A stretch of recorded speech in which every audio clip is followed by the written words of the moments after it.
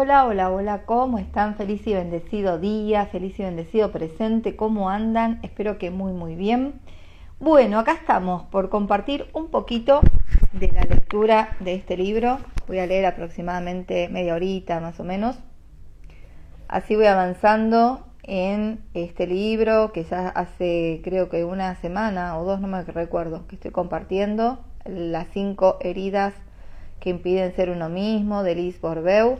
Vamos a seguir avanzando y estamos en el capítulo 5, que es la herida de la traición, quien lleva la máscara del controlador. Así que bueno, vamos a comenzar un poquito con esta lectura.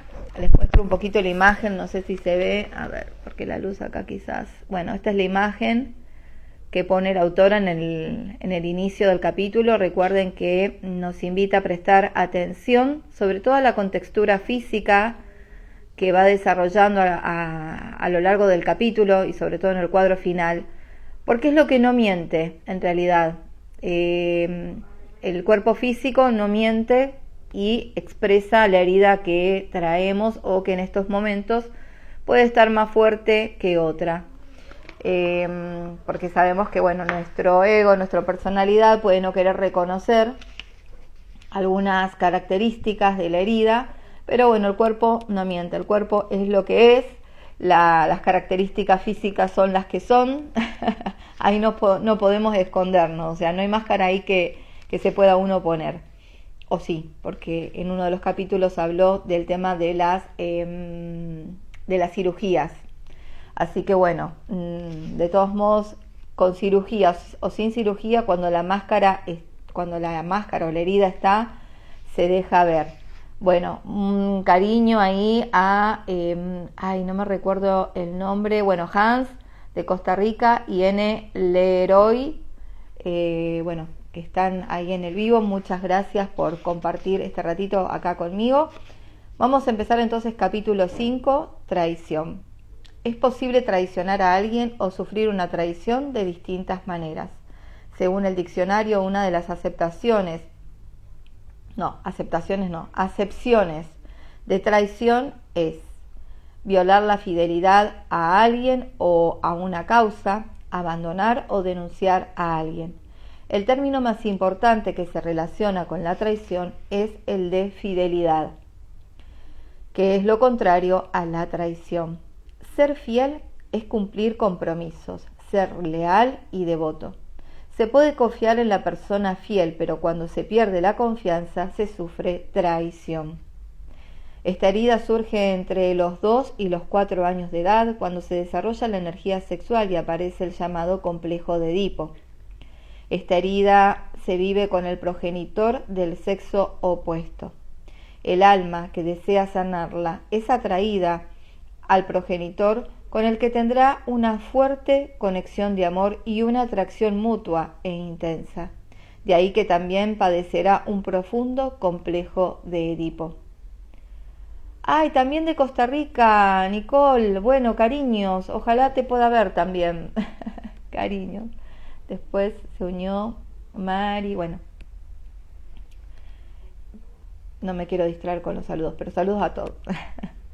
Las siguientes son algunas explicaciones para quienes desean información adicional acerca del complejo de Edipo, acuñado así por Sigmund Freud. De acuerdo con Freud, a quien se le ha bautizado como el padre del psicoanálisis, todos tenemos este complejo, pero en diferentes grados. Cada niño, sobre todo entre los 2 y los 6 años de edad, se enamora, por así decirlo, del progenitor del sexo opuesto o de la persona que desempeña este papel, ya que se encuentra en la edad en que se desarrolla su energía sexual. A partir de esta etapa, el niño comienza a entrar en contacto con su impulso de vida, con su impulso sexual, que no genital, que representa su capacidad de crear.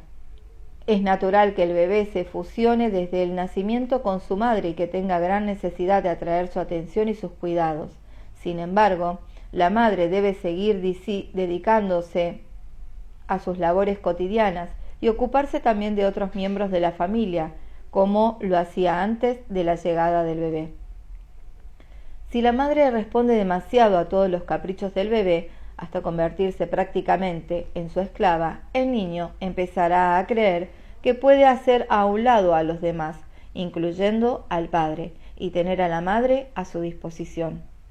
En este caso, y siempre de acuerdo con Freud, el niño no desarrolla la fase edípica, esencial en su desarrollo, y cuando sea adulto, el resultado será muy perjudicial para él en los planos psicológico y sexual. El paso adecuado para pasar por esa fase edípica implica que todo niño debe llegar a reconocer que el padre fue esencial para crearlo, y su figura es fundamental para romper la relación que se establece al nacer entre madre e hijo. Aun cuando el padre no esté físicamente presente, la madre debe hacer sentir al niño que existe y que es tan importante como ella. Cuando el niño comienza a percatarse de que para concebirlo forzosamente hubo unión de dos sexos, desarrolla un interés por el sexo opuesto, así como un deseo inconsciente de tener él mismo un bebé con el progenitor del sexo opuesto. Su poder de creación también se encuentra en desarrollo y explica el comportamiento de las niñas pequeñas que intentan seducir a sus padres, al igual que los niños a sus madres. En esta etapa, niños y niñas hacen todo lo posible por obtener el afecto del progenitor del sexo opuesto e intentan asimismo protegerlo, aun cuando les decepciona no recibir la atención deseada. Cuando el progenitor del mismo sexo que el niño hiere al progenitor del sexo opuesto, se crea una situación difícil para el pequeño. Algunos incluso pueden llegar a desear la muerte del progenitor al que acusan. Por desgracia, el complejo de Edipo no evoluciona adecuadamente en la mayor parte de los casos porque la madre es muy posesiva con su hijo, mientras que el padre lo es con su hija. Cuando el progenitor del sexo opuesto más lo devalúe ignorándolo y en ocasiones incluso por completo, más difícil será resolver el complejo. He observado que las personas que han sido objeto de traición no resolvieron su complejo de Edipo cuando eran pequeños. Esto significa que su apego al progenitor del sexo opuesto es demasiado grande, lo cual más adelante afectará a sus relaciones sexuales y afectivas. Estas personas tienden a comparar sin cesar a su pareja con el progenitor del sexo opuesto, o se crean numerosas expectativas de su pareja para compensar así lo que no recibieron de su progenitor. Durante el acto sexual le resulta difícil abandonarse por completo, se contienen, pues temen que el otro las posea. El alma que se encarna con la finalidad de sanar la herida de la traición elige a padres que ejercen la seducción con el hijo y que por lo general se centran en sí mismos. Con este tipo de progenitor el niño es inducido a sentir que sus padres lo necesitan y desea sobre todo que el del sexo opuesto se sienta bien. Intenta por cualquier medio ser especial para este último.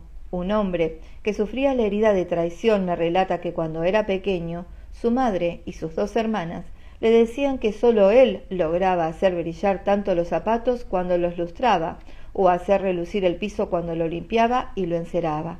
Por consiguiente, cuando realizaba estas tareas se sentía especial y no se percataba de que estaba siendo manipulado mediante la seducción. Este ejemplo demuestra cómo puede vivirse la traición inconscientemente durante la infancia. El niño se siente traicionado por el padre del sexo opuesto cada vez que éste no cumple una promesa o cuando traiciona su confianza. Esta traición la experimenta sobre todo en el plano amoroso o sexual. Por ejemplo, la vivencia incestuosa se percibe como una traición en casi todos los casos de incesto. El niño vive asimismo la traición cada vez que percibe que su progenitor del mismo sexo se siente traicionado por su pareja y siente esta traición como si lo hubiera sufrido él mismo. La niña pequeña también vive el sentimiento de traición cuando su padre le hace a un lado por la llegada de un bebé varón. Cuando el niño comienza a vivir experiencias de traición, se crea una máscara para protegerse, al igual que se hace en el caso de las demás heridas. Esta máscara es la del controlador. El tipo de control que ejerce el controlador no es motivado por la misma razón que el control que ejerce el masoquista, quien toma las riendas de la situación para no sentir vergüenza o no avergonzar a los otros. El controlador que ahora nos ocupa desarrolla esta conducta para asegurarse de que mantendrá sus compromisos, para ser fiel y responsable o para garantizar que los demás mantengan sus respectivos compromisos. El controlador desarrolla un cuerpo que exhibe fuerza, poder y parece decir: yo soy el responsable, pueden confiar en mí. Es posible reconocer al hombre controlador por sus hombros firmes, por lo general más anchos que sus caderas. En ocasiones, no obstante, no hay mucha diferencia entre la amplitud de los hombros y las caderas. Sin embargo, como mencioné anteriormente, debes confiar en tu intuición. Un signo de que un hombre sufre fácilmente de traición es visible cuando la parte superior de su cuerpo parece a primera vista emanar mucha más fuerza que el resto. Si ves a un hombre con hombros fuertes y grandes, bíceps gruesos, pecho saliente y una camiseta ajustada que delinee sus músculos, sabrás que tiene una herida de traición muy importante. En la mujer controladora, esta fuerza se concentra más bien al nivel de las caderas, los glúteos, el vientre y los muslos. La cauda esquina en la mujer también forma parte de esta herida. La parte inferior de su cuerpo suele ser más ancha que los hombros, y si el cuerpo tiene forma de pera, cuanto más acentuada se encuentre la parte más ancha de la pera, más profunda será la herida de traición. Sin embargo, también es posible observar en ciertos casos el fenómeno inverso. El hombre puede tener las caderas y los muslos más anchos que los hombros, y la mujer puede tener el cuerpo de hombre, es decir, hombros amplios y caderas y muslos más estrechos. Después de observar y constatar diversos casos, llegué a la conclusión de que la herida de traición en algunas de estas personas fue vivida con el progenitor del mismo sexo y no con el del sexo opuesto. Su complejo de Edipo no pasó por el proceso normal, es decir, con el progenitor del sexo opuesto. Estas personas sienten más apego por el progenitor de su mismo sexo y fueron ignoradas por el otro. Sin embargo, debo admitir que estos ejemplos son raros. Es por ello por lo que en este capítulo se hace más referencia a las personas que viven la herida de traición con el progenitor del sexo opuesto. Si te ves en el caso contrario que he descrito, no tienes más que invertir el género de tu progenitor cada vez que me refiera a la herida. En general, las personas que portan la máscara de controlador ocupan su lugar al tiempo que su aspecto físico es fundamental para ellos. Con frecuencia emanan un mírenme. En estas personas no puede decirse que aquellas que tienen peso de más estén gordos, sino que más bien se las califica como personas fuertes. Este tipo de gente no parece gruesa cuando se la ve por la espalda. Sin embargo, al mirarlos de frente, sea hombre o mujer, es posible que tengan el vientre abultado. Esta es su manera de exhibir su fuerza, con un vientre que parecería decir: soy capaz. En los países orientales, este rasgo se conoce como la fuerza de Jara. Cabe destacar que aumentar de peso en quien sea se relaciona con la parte mental de la persona que piensa que no ocupa suficiente espacio en la vida. Por consiguiente, el exceso de peso no significa automáticamente la herida de la humillación que describí en el capítulo anterior. Para el masoquista, su peso es un medio adicional para sentirse humillado. En el caso de las otras heridas, el aumento de peso se relaciona más con la noción de deben ocupar más espacio. El huidizo y el dependiente, que son muy delgados e incluso flacos, no desean ocupar mucho lugar, ya que esto ayuda al que huye a ser más invisible y al dependiente a parecer más débil para dejarse ayudar. Qué interesante. La mirada del controlador es intensa y seductora. Cuando mira a una persona tiene el don de hacerla sentir especial. Estas personas lo ven todo rápidamente. La intensidad de su mirada les ayuda a ver de golpe y en conjunto todo lo que sucede a su alrededor. El controlador utiliza con frecuencia sus ojos para mantener a los demás a distancia, cuando está a la defensiva, o para fijar la imagen del otro y examinarlo de una manera que intimida. De esta forma, se protege para no mostrar su debilidad o su impotencia. Recuerda que cuando una persona no posee más que una de las características mencionadas, significa que su herida es menos importante. Sí. Asimismo, es posible reconocer el ámbito en que una persona es controladora y teme ser traicionada por la parte del cuerpo que indica fuerza o poder. Por ejemplo, la cadera fuerte de una mujer o en un hombre y el vientre prominente a manera de protección indican rabia hacia el sexo opuesto, especialmente en el terreno sexual. Es probable que la persona que se haya sentido acosada sexualmente cuando era más joven, o más aún que haya sido víctima de abuso sexual, lo cual explica una forma de protección. Si te reconoces en la descripción física del controlador, pero en realidad te concibes como una persona introvertida, es posible que te sea más difícil identificarte con los comportamientos descritos, ya que el control que ejerces es mucho más solapado y por consiguiente más difícil de hacerse consciente. Si este es el caso, las personas que te conocen bien podrían decirte, al leer lo que sigue, si llevas la máscara de controlador. Cuando una persona es más extrovertida, su control es más aparente y es más fácil que se percate de él. En cuanto al comportamiento y las actitudes interiores del controlador, destaca la fuerza como característica común a todos aquellos que tienen la herida de traición. Como les es difícil aceptar cualquier forma de traición proveniente de ellos mismos o de los demás, hacen todo lo que esté a su mano para ser personas responsables, fuertes y especialmente importantes. El controlador satisface así su ego, que no desea ver cuántas veces a la semana se traiciona a sí mismo o traiciona a otros sin percatarse de ello. La mayor parte de las veces, porque traicionar es tan inaceptable que no desea admitir que puede hacerlo.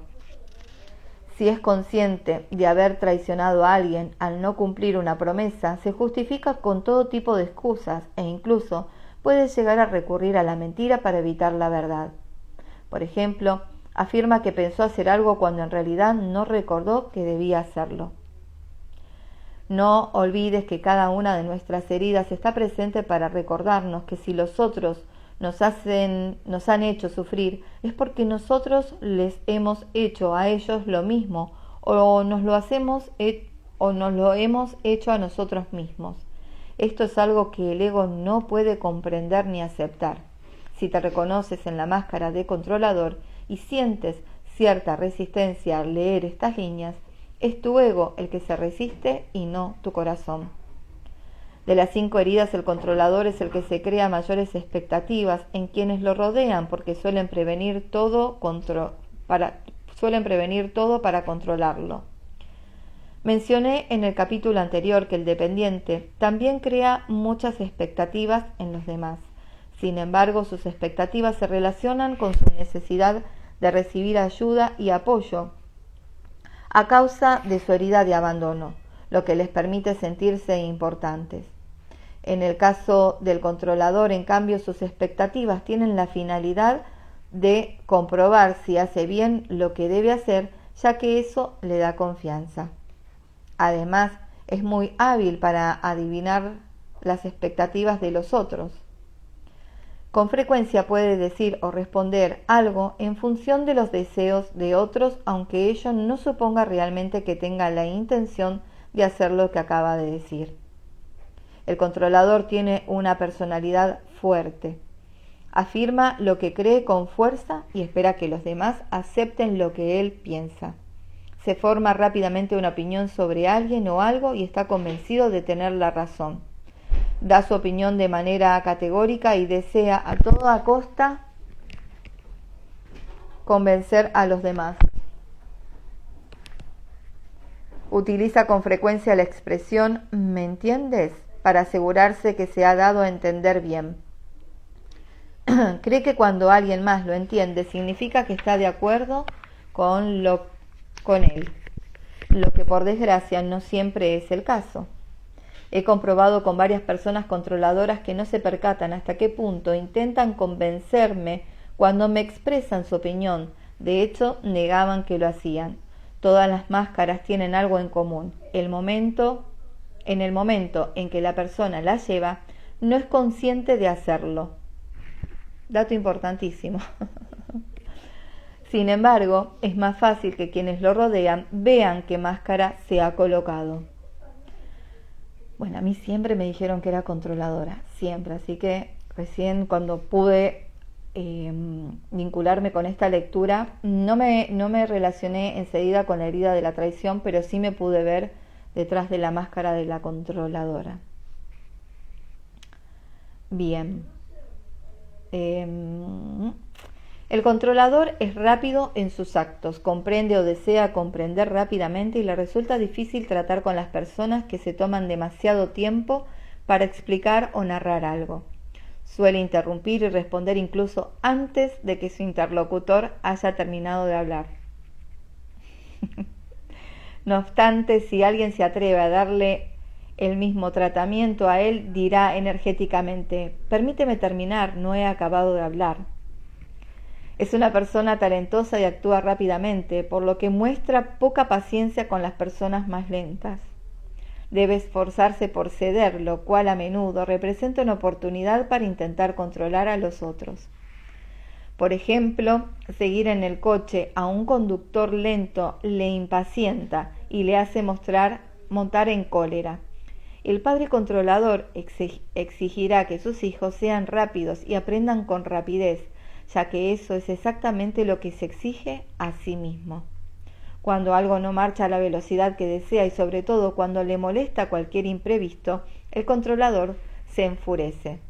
Ya lo tenemos bastante controlado acá igual, También le gusta ser el primero en acabar, sobre todo en cualquier tipo de competición. Acabar pronto es más importante que hacer bien las cosas. Algunas veces podrá incluso elaborar de nuevo las reglas del juego para que estén a su favor. Tremendo. Cuando las cosas no funcionan según sus expectativas, es fácil que se vuelva agresivo aunque no parezca estarlo, ya que en realidad aparenta ser alguien seguro de sí mismo, fuerte y una persona que no permite que la pisoteen.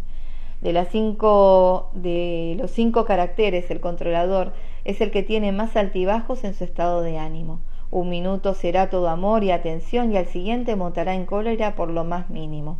Las personas que lo rodean no saben a qué atenerse y los demás suelen vivir este tipo de actitud como si fuera una traición. Por ello, el controlador debe trabajar su paciencia y tolerancia, sobre todo cuando ocurren situaciones que le impiden hacer las cosas a su modo y de acuerdo a sus expectativas.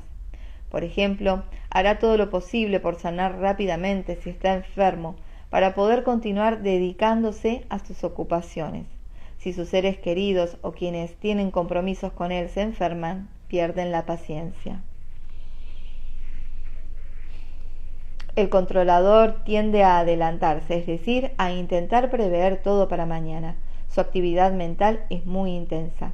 Cuanto más profunda sea la herida, más deseará tener el control y prever el porvenir, sobre todo para evitar sufrir la traición.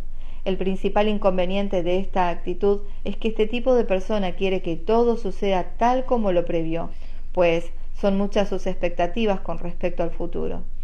Esta actitud también le impide vivir adecuadamente el momento presente. Por ejemplo, mientras trabaja se ocupará de planear sus futuras vacaciones y durante las vacaciones planeará su regreso al trabajo o se preocupará por lo que ocurre en casa mientras no está. Con frecuencia le inquieta más imaginar lo que sucederá y si todo sucederá como lo imaginó que disfrutar el momento actual. El controlador llega temprano para garantizar que tendrá control sobre todo. No le gusta retrasarse y no puede soportar a las personas que lo hacen, aunque cuando esto aun cuando esto le ofrece otra oportunidad para controlarlas, con la intención de hacerlas cambiar. Su impaciencia se impacienta si termina un trabajo con retraso o cuando alguien le promete un trabajo y le entrega tarde. Esta dificultad la vive principalmente con las personas del sexo opuesto, con las cuales se enervan más rápidamente que con las demás.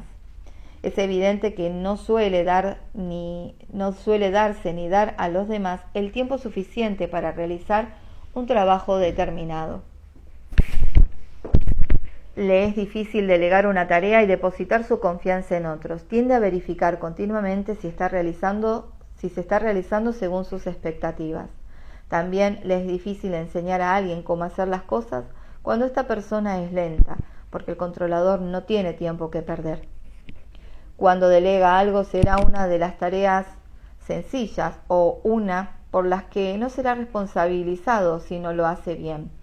Es por ello por lo que debe ser rápido y hacer casi todo por sí mismo. De lo contrario, se ocupará de supervisar a quienes le ayudan. Parece tener oídos y ojos en toda la cabeza para saber qué hacen los demás y asegurarse de que hacen bien lo que supuestamente deben hacer. Es más exigente con quienes lo rodean que consigo mismo. Sin embargo, confía con mayor facilidad en las personas de su mismo sexo y supervisa y controla adicionalmente a los del sexo opuesto. Cabe recordar que la herida de traición se despierta en él cada vez que tiene frente a sí alguien que no cumple con sus compromisos. El controlador, que se considera muy trabajador y responsable, tiene problemas con la pereza. Según sus creencias, nadie tiene derecho a holgazanear hasta haber cumplido con todos los deberes de los que es responsable. Ver a otra persona no hacer nada, sobre todo a otra persona del sexo opuesto, le crispa los nervios. La considera perezosa y le será difícil confiar en ella.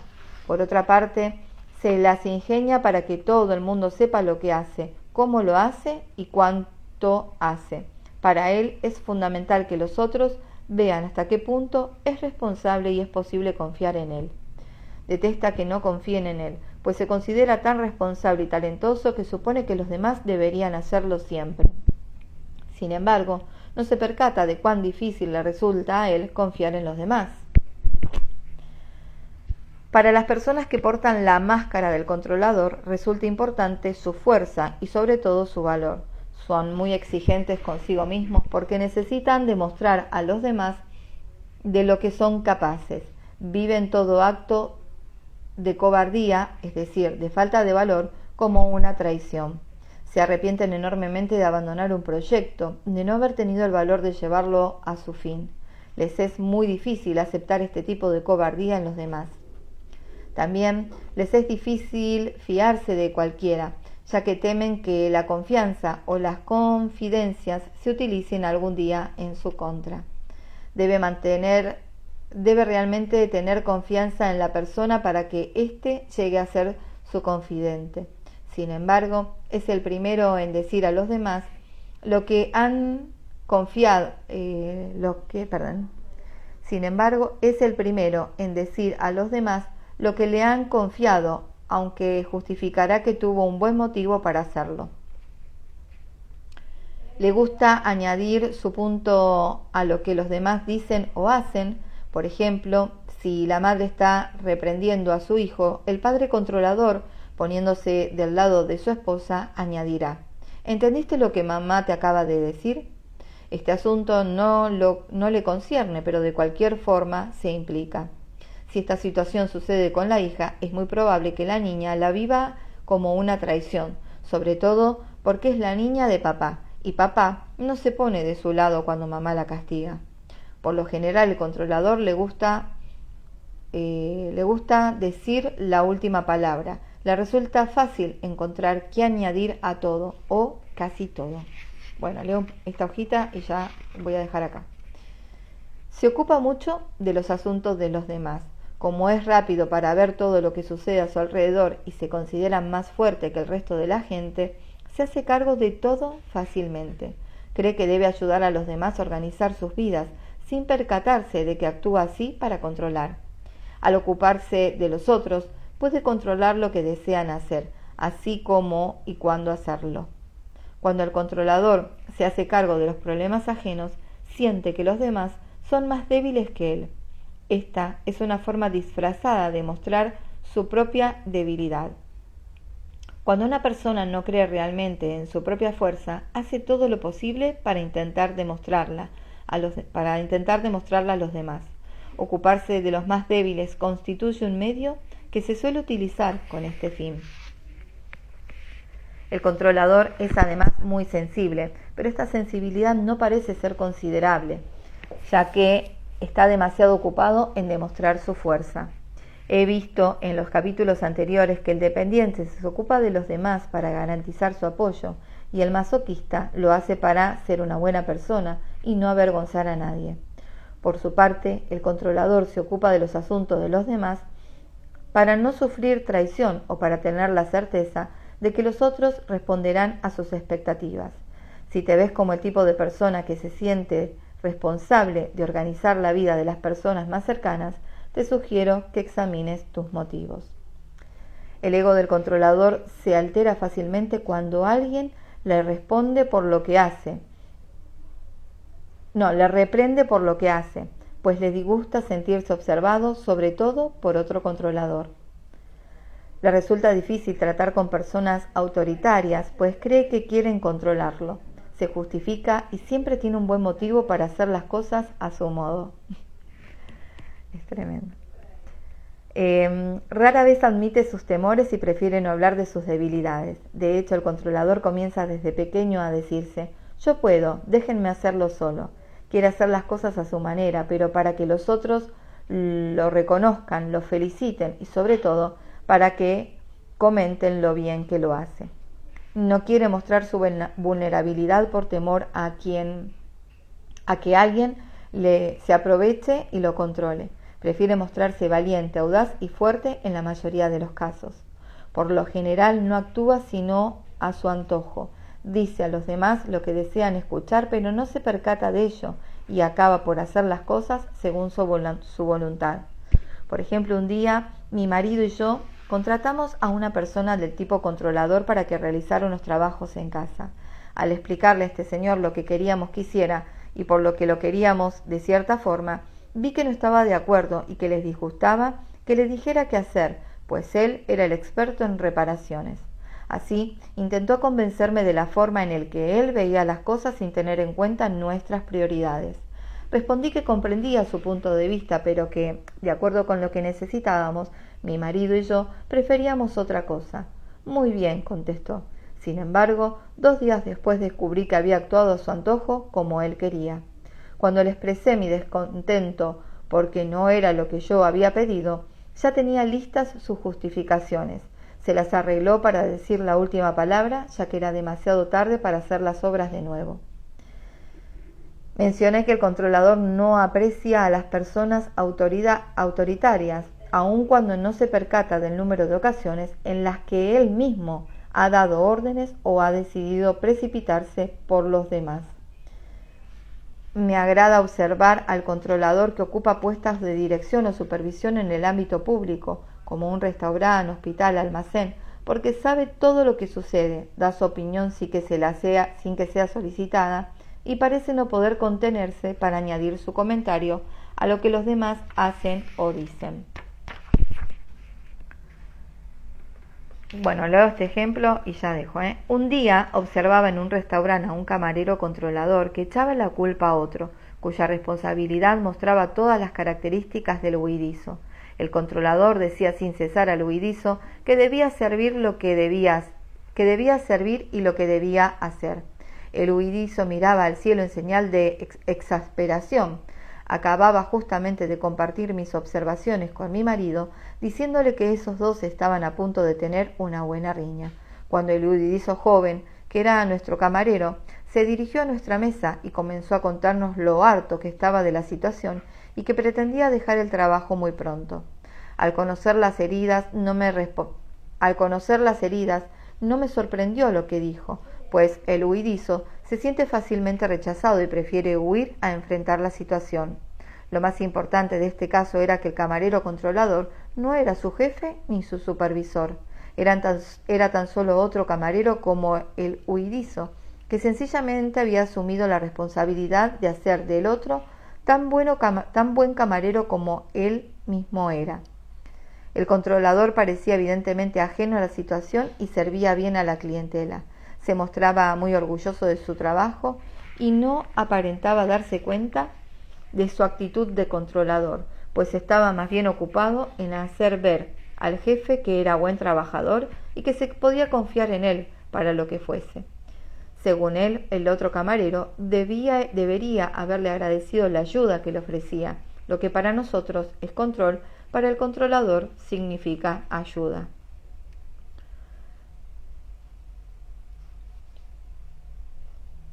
Como mi esposo y yo comemos con frecuencia en restaurante cuando viajamos, me ha resultado muy útil conocer los diferentes tipos de heridas, ya que esto me ayuda a saber en qué forma debo tratar a los camareros.